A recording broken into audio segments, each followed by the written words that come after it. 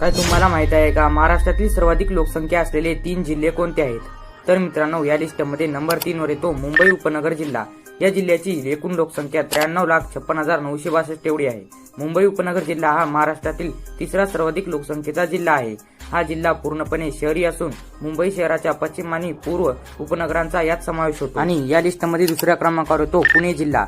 या जिल्ह्याची एकूण लोकसंख्या 94,29,408 एवढी आहे। पुणे जिल्हा हा महाराष्ट्रातील दुसरा सर्वाधिक लोकसंख्येचा जिल्हा आहे। या जिल्ह्यात मोठ्या प्रमाणात ग्रामीण भाग असून अनेक ऐतिहासिक स्थळे आणि पर्यटन केंद्रे येथे आहेत। पुण्याची वेगाने होणारी वाढ आणि रोजगाराच्या संधीमुळे येथे लोकसंख्येची घनता जास्त आहे। आणि मित्रांनो, या लिस्टमध्ये पहिल्या क्रमांकावर येतो ठाणे जिल्हा। या जिल्ह्याची एकूण लोकसंख्या 1,10,60,148 एवढी आहे।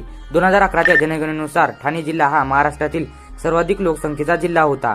या जिल्ह्यामध्ये शहरी आणि ग्रामीण भागाचा समावेश आहे। अगदी मुंबई शहराला लागून असल्यामुळे या जिल्ह्याची लोकसंख्या मोठ्या प्रमाणात वाढलेली आहे। 2014 मध्ये ठाणे जिल्ह्याचे विभाजन होऊन पालघर हा नवीन जिल्हा तयार झाला।